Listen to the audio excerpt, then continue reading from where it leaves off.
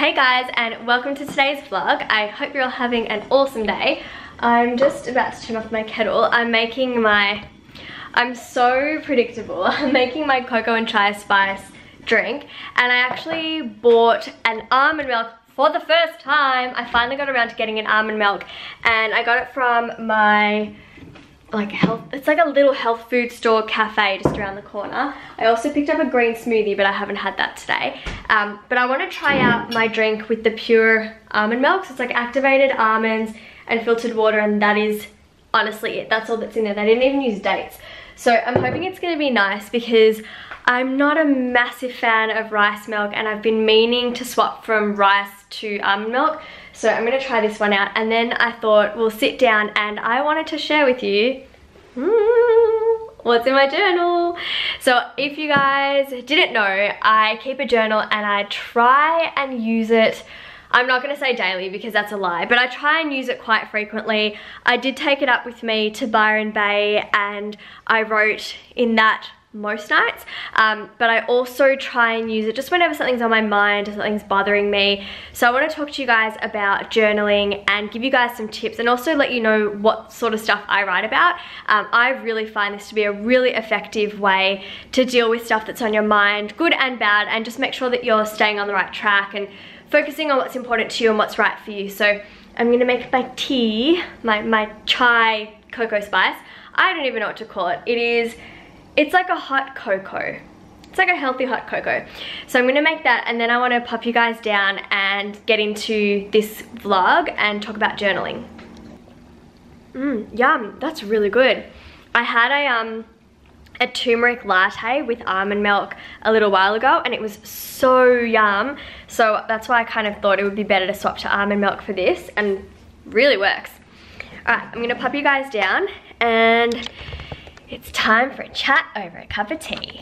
Okay, so I wanted to talk to you guys about journaling and share with you what I actually write in my journal. So this is the journal that I have. It's from KKK, and it's like a minty green blue color. I love it. I bought it a while ago. I actually did a competition ages ago, like a year ago, and included one in a giveaway, and I just thought it was such a great journal. I got one for myself, and I've also got, I don't know if it's like a matching pen, but I had a notepad that was matching to this, and so now I just use this as my journaling pen. And I always leave a pen up the top and I just clip it into the elastic band just because, I don't know, like convenience. So I wanted to talk to you guys about the sort of stuff that I put in my journal, but also why you should keep a journal in the first place. And when I was reading, actually I've got the book right here because I'm gonna do a book review on this in a little bit. When I was reading Life Lessons from the Monk Who Sold His Ferrari, it's by Robin Sharma. That'll be in Jess's book club video in a couple of weeks, or I think in a couple of weeks, because I've got another book review that I'm doing shortly. But there's a chapter that talks about a diary versus a journal, and I don't know which chapter it is. If I can just kind of flip to it. It might be in the table of contents. Keep a journal, chapter 5. Okay, so in chapter 5 he talks about the importance of keeping a journal and how it's different to a diary. So what I got out of his book for that particular chapter is that the difference between a diary and a journal is that a diary is there for you to record events, and a journal is there for you to analyze them and analyze your feelings or work through your feelings and just different things that are going on for you in your own personal life. So in your diary you might want to write down something like, today I went out for breakfast with my friends and they paid me a compliment about my hair. And that's just recording the event. It's just writing down exactly what happened. But then in your journal, you might write down something like, today I went to breakfast with my girlfriends and they paid me a compliment on my hair. I noticed I felt really uncomfortable because I'm not used to getting many compliments. Is there something going on with me and my level of self-confidence? Or why is it challenging for me to accept a compliment from other people? That is there as an opportunity for you to analyze the situation rather than just record the events and yeah, really just recall everything that happened to you but not actually work through anything. So I'm a big fan of journaling because I think it's really helped me work through a lot, process a lot, and just notice whether there's anything going on for me that is bubbling under the surface. And if you leave it for too long, then you notice those moments where you kind of just blow up at people, or you get burnt out, or you feel really uncomfortable about a particular place that you're at in your life, and you realize that it probably could have been dealt with a lot better and a lot earlier. So I'm a big fan of journaling, and yeah, I've tried a couple of different styles.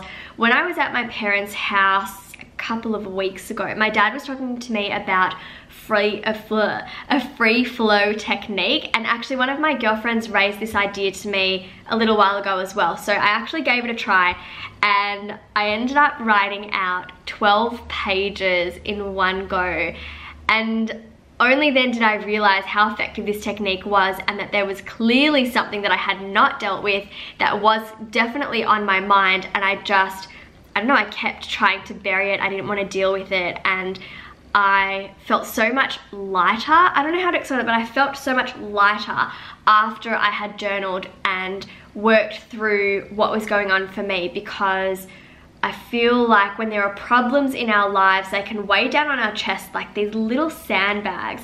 And that's how I explain it to my mum. Whenever there's something bothering me, I'm like, oh, I've got this damn sandbag on my chest and it's weighing me down and I've got to let go of it. So that's exactly how I do it when I journal. I work through stuff. So I'm gonna share with you a couple things that I've written about, and also the kind of styles that I use, and I hope that maybe one of these styles in particular stands out for you and you find it helpful. Just, yeah, if you wanted to try out journaling.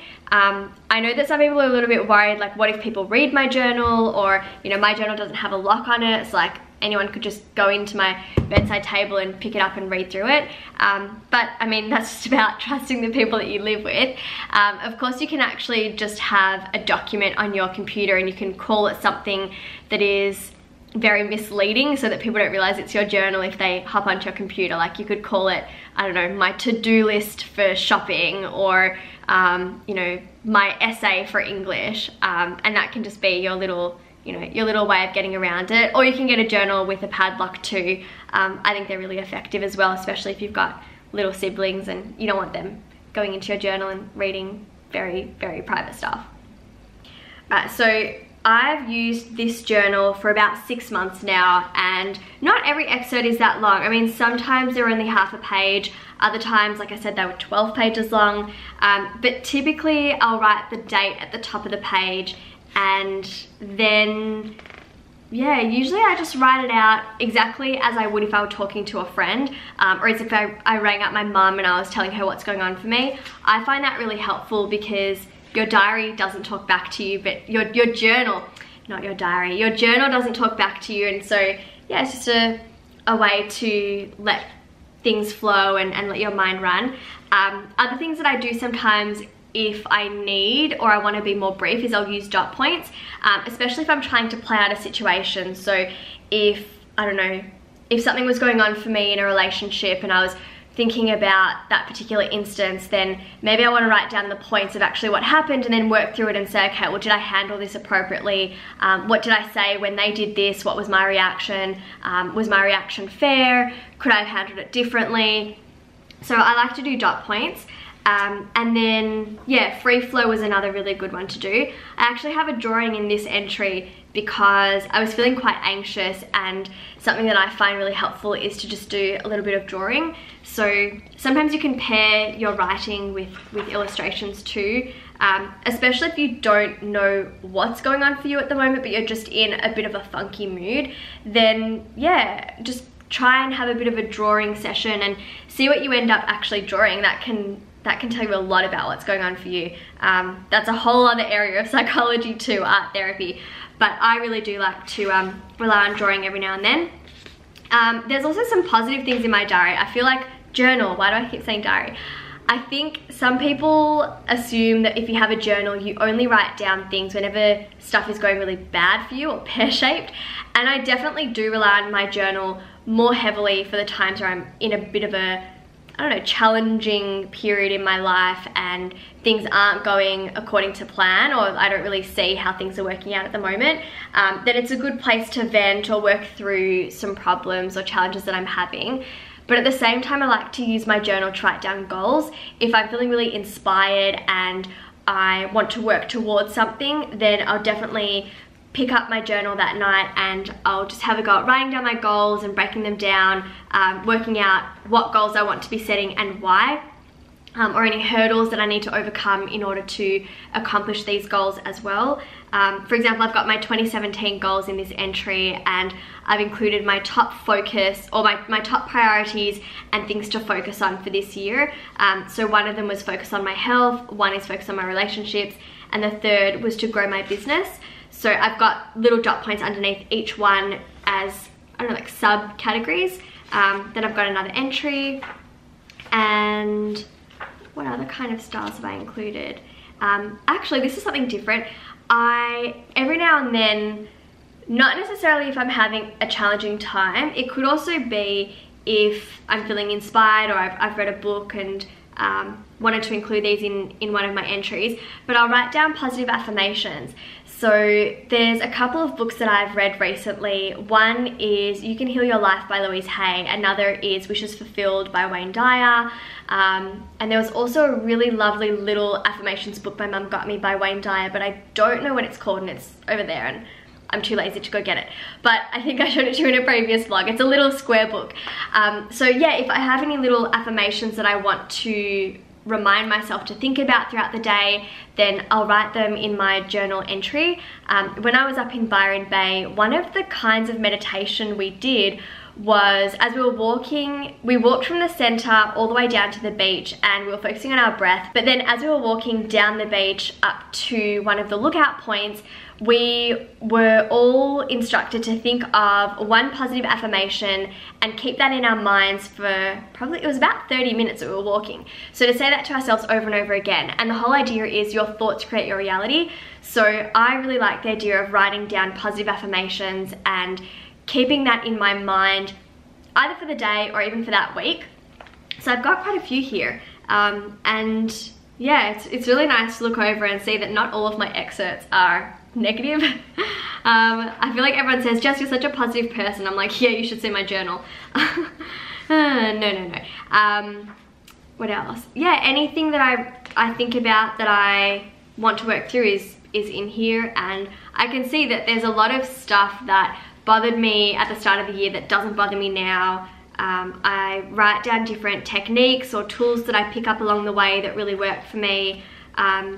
Even little stress management techniques, I write them down. And this entry was really nice. I wrote myself a little reminder. So when I came back from Byron Bay, I was feeling really good, really relaxed, really calm, but I wanted to make sure that I was not going to let myself get back to the point that I was at before Byron Bay, if that makes sense. So I was really run down and burnt out and feeling very stressed, highly anxious, and I knew that it's because I wasn't taking the right care for myself. I wasn't looking after myself, and I really just overdid it in many areas. I didn't take time off for myself when I should have, and I wasn't setting aside time throughout the day to just, I don't know, like have some quiet time, some downtime. So I was always on my computer, always working, always feeling rushed and hurried. So I wrote myself a journal entry once I finally slowed down, and it's like calm Jess in that entry is reminding future Jess, if she ever gets stressed out, that it's all okay, and these are some techniques that I picked up along the way that can really help me to get back to a point of calm and feel like I'm staying on track, staying on the right track. So it can be nice to write yourself little reminders when you're in a good state, so that if you do end up feeling very stressed or very anxious or feeling really sad or teary, then that calm version of yourself, the real you, is able to act as a means of support for yourself when you're just not feeling 100% and you're not really your true self. You're not really you. So yeah, I like that idea of using my journal as an opportunity to make little reminders for myself and make sure I'm staying on track and making the right choices in my life, not getting carried away with, you know, the hectic, crazy life that sometimes we all live at some point or another. So yeah, there's some different kinds of journal entries that I've done. I'm not really going to read out exactly what I write in there because that's private, guys. It's my journal. But I hope that you did find today's vlog helpful, and yeah, if you wanted me to do a book review on the life lessons from the monk who sold his Ferrari, I think Adam's actually finishing this book off, which is why it's on the kitchen table. But I think I'm going to film a Jess's book club with this video in the coming weeks. And yeah, I'll go more in depth into it, because chapter 5 is about journaling versus having a diary, but it's really worthwhile to read. It covers a lot of very important topics, and I found it really beneficial. So I think I'm going to make a dedicated book review for that, even though I read it like 6 months ago, because I still want to share it with you guys. So I'm going to end the vlog here, and I'm going to have my nice hot tea, cocoa. But I will see you guys on my main channel in a couple of days, and I'll be posting up another vlog very soon as well. I'm posting up really regularly, and also when I head to LA and New York in mid-June to July, I'm going to be vlogging when I'm there as well. So there's just going to be a ton of vlogs happening on this channel. So get excited, and yeah, have an awesome day, and I'll see you guys soon. Bye!